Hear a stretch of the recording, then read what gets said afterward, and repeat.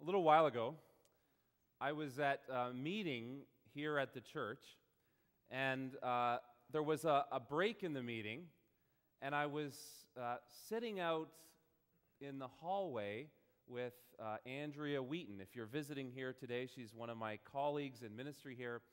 She's in Victoria this Sunday. And I was having my Bible and trying to take advantage of the break in the meeting, and I was reading the story from John chapter 2 that we heard a moment ago. And I was puzzling over it, and I turned to Andrea and I asked, so Jesus turned the water into wine. What do you think about that? And she said, bring it on.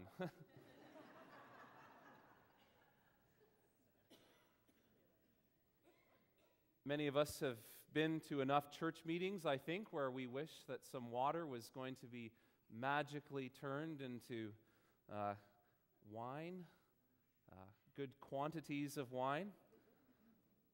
I think the Anglicans are maybe onto something. As I understand it, in some Anglican churches, you wouldn't get together for a meeting without everyone having a glass of wine. In some Anglican churches, wine is an integral part of a church meeting.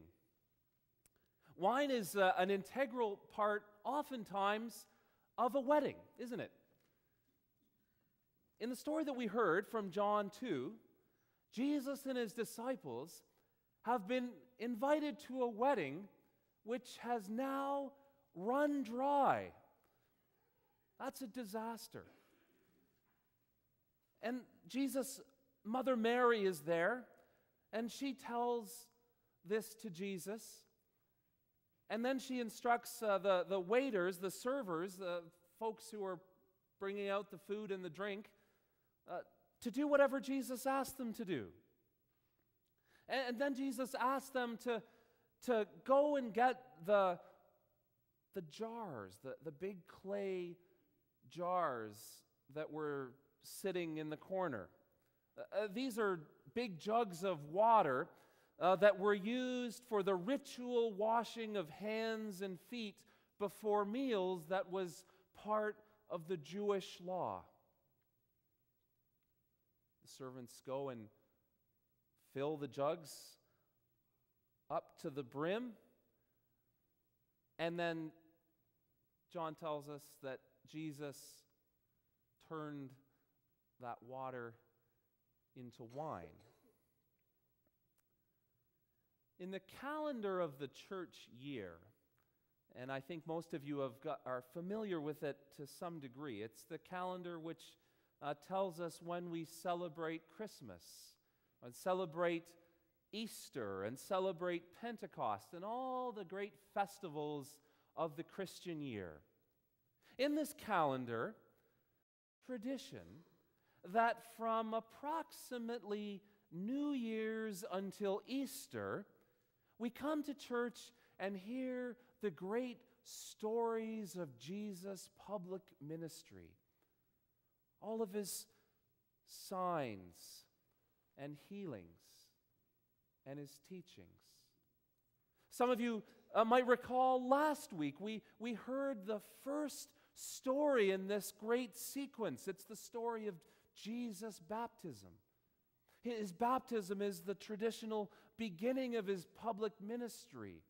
It was where he first began to live into his calling or his vocation as a leader of God's people.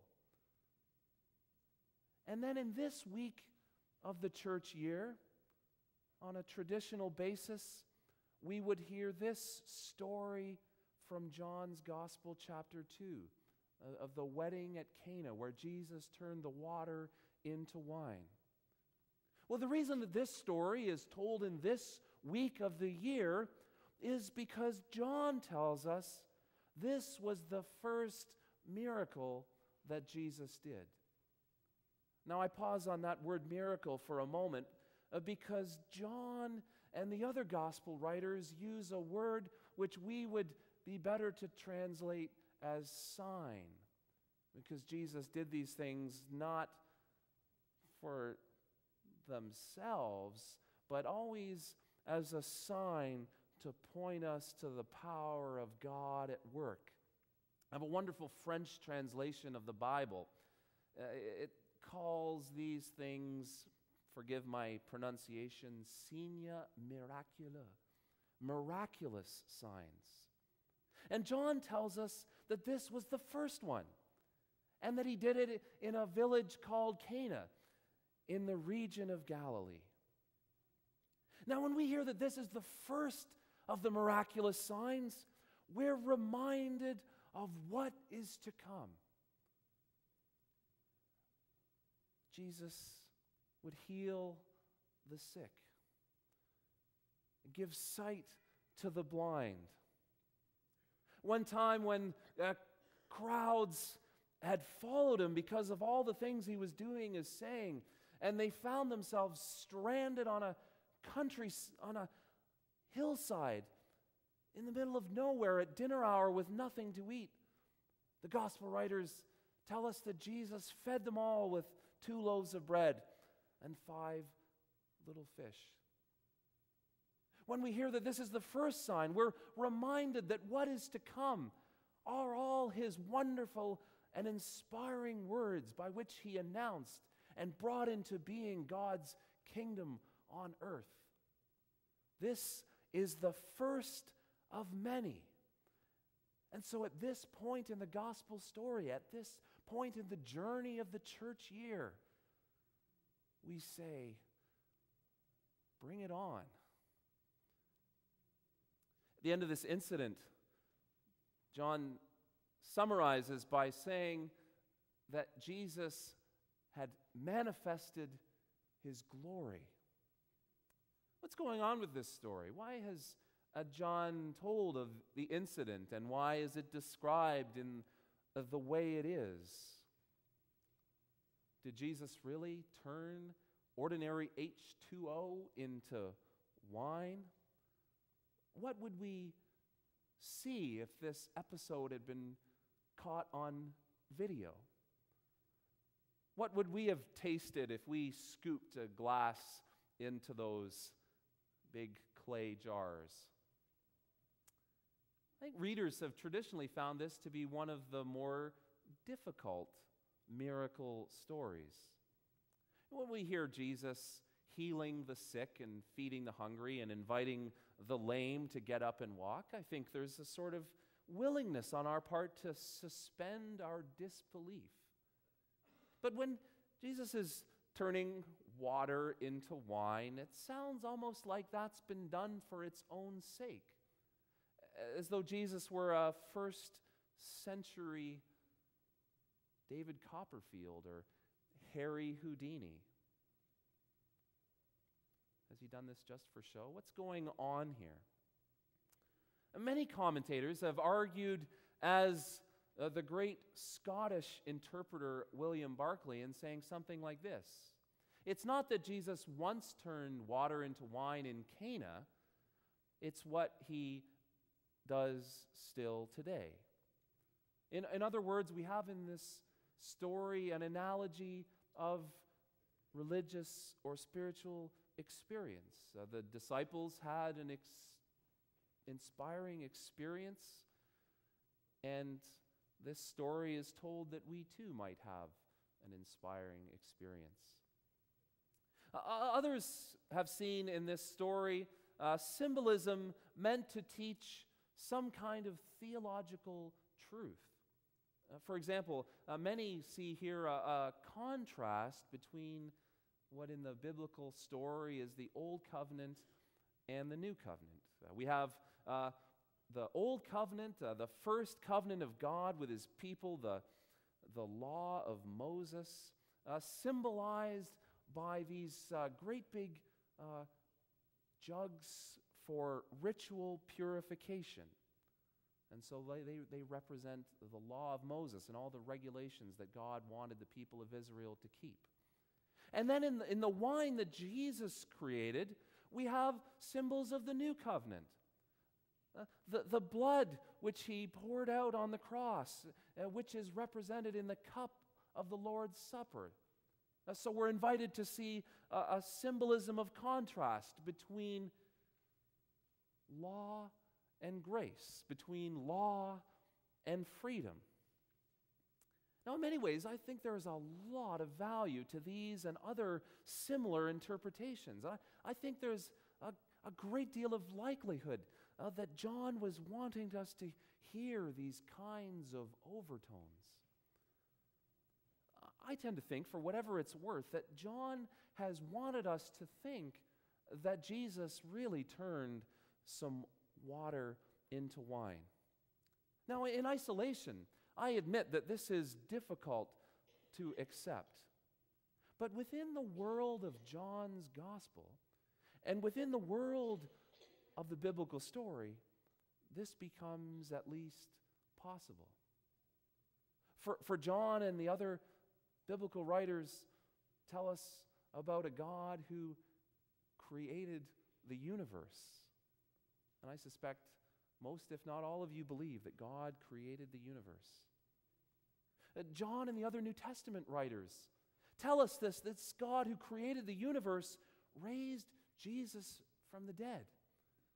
And both inside and outside the Bible, there's a tremendous amount of evidence for this very fact.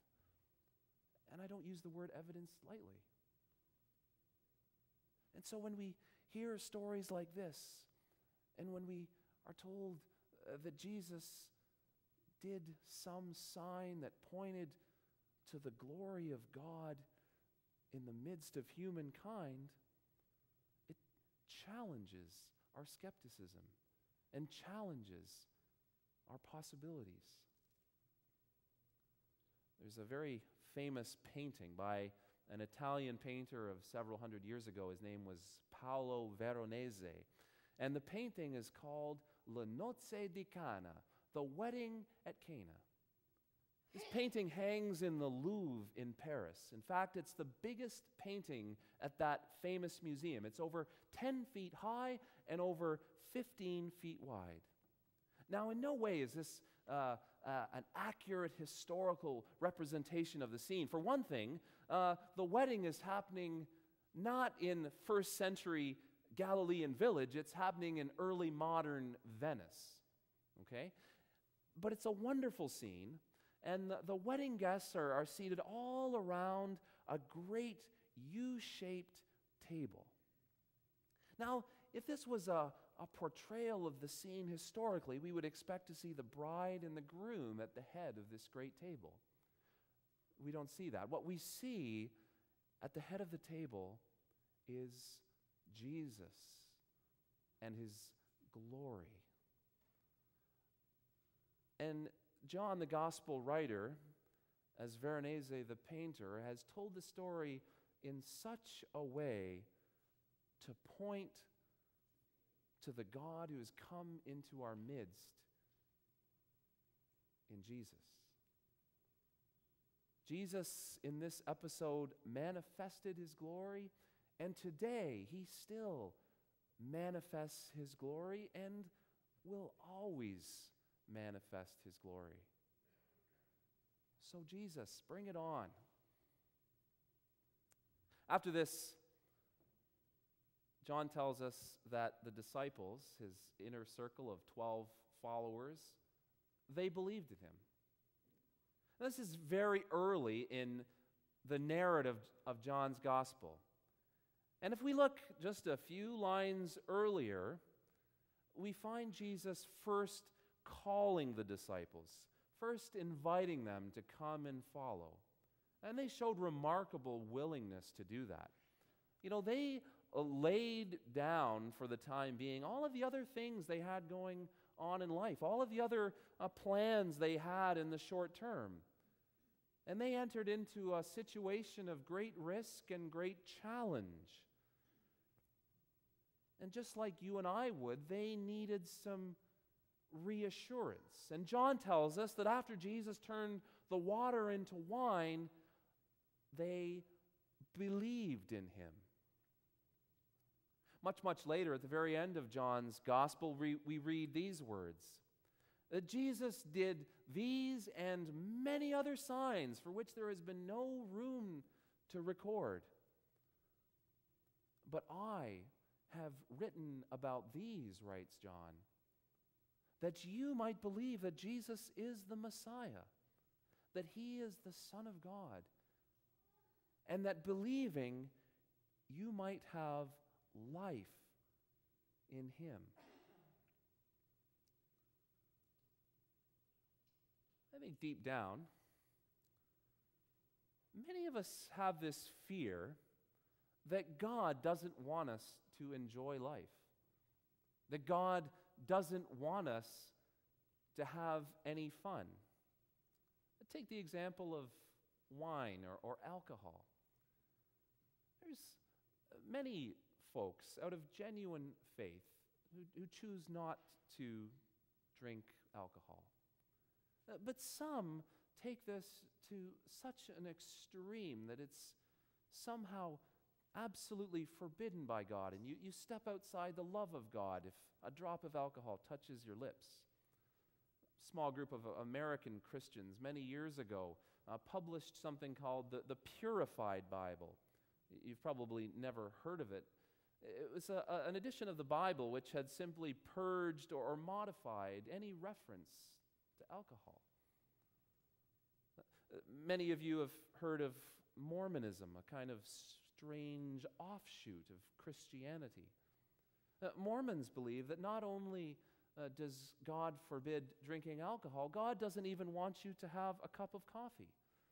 What God wants you to do is to make room in your basement to stockpile oatmeal and bottled water in case the end of the world goes down. But here in this story, we have a God of lavish generosity. Jesus has created an immense amount of wine. Archaeologists who know something about these jugs used for ritual purification and how big they were and what shape they were. And if we're to take this account at face value, there was created here somewhere between 150 and 180 gallons of wine. Vastly more than the guests at this wedding could possibly have consumed. God provided for their needs and then some. We have in this account and all the other stories of Jesus an account of a generous God.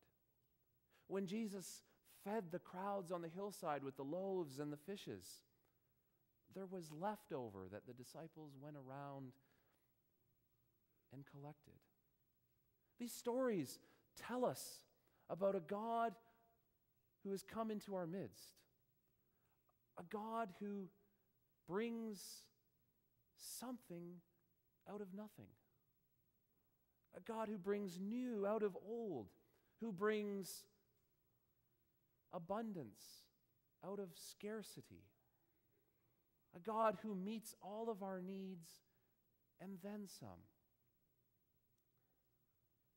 Recently, I heard a story that had been relayed by some Christian missionaries in Hong Kong who work with the most vulnerable people of that city.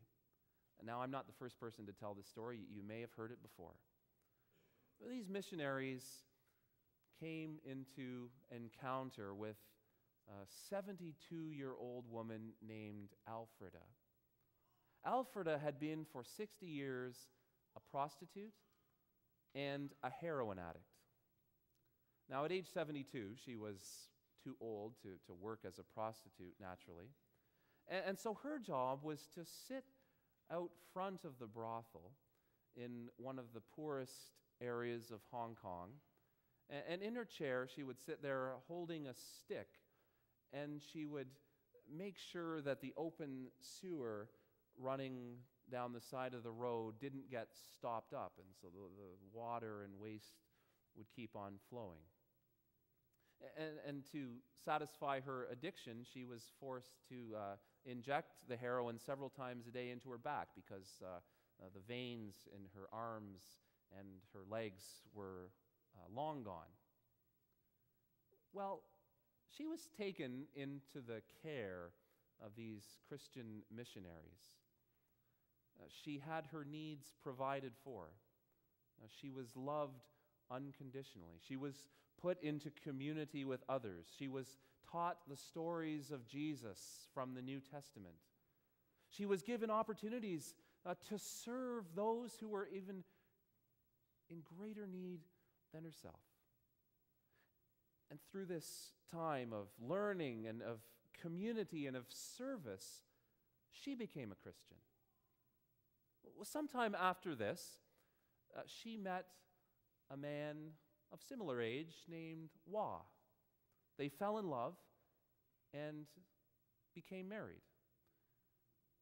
And on Alfreda's wedding day, like the great tradition of brides, wore a beautiful white dress, which symbolized for her and for all the newness of life she had received in Jesus.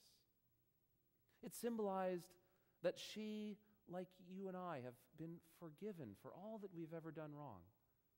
We've been freed from having to carry the burdens of the past and all the mistakes we've made, all the things we regret. The slate was wiped clean. And all of those who were in attendance at that wedding said it was the most wonderful wedding celebration.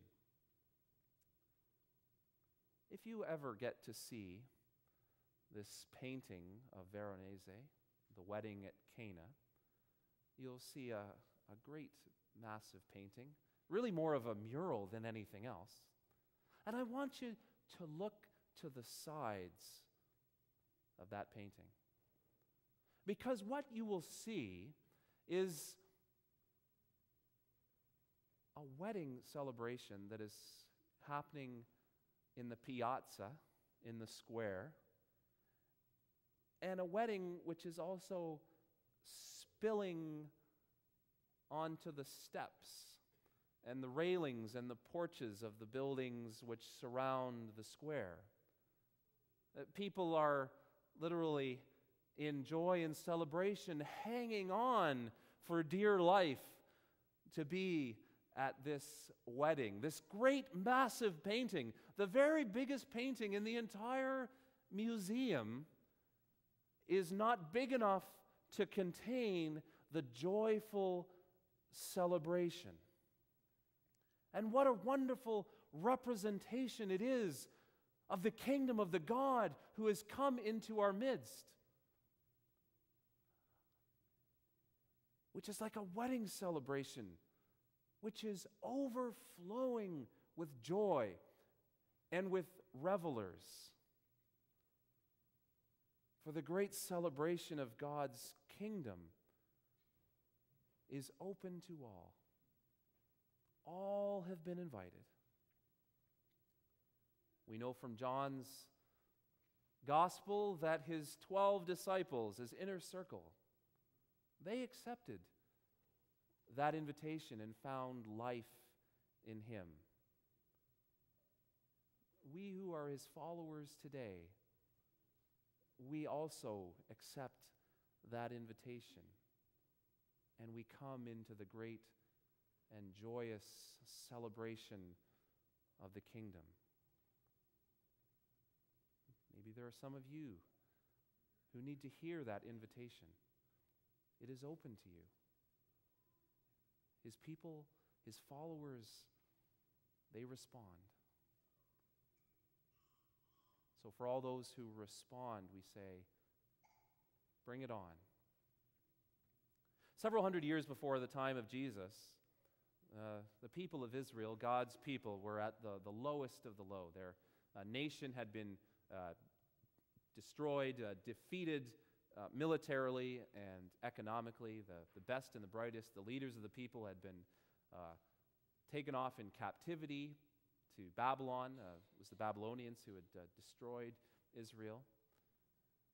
And at that lowest point in their people's history, God said through the prophet Amos a word of great hope and encouragement. God said, I will return my people to the promised land. They will rebuild their cities, and they will have homes to live in. They will plant vineyards, and they will plant orchards, and the mountaintops will drip with sweet wine. In Jesus, that came true. And in him, it continues to come true, and in him, it will always come true. So bring it on.